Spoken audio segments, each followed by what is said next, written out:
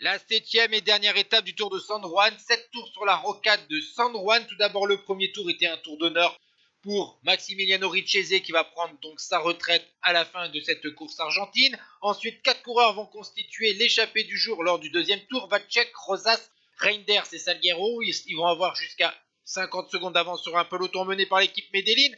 Reinders va se relever et va être pris à 75 km de l'arrivée.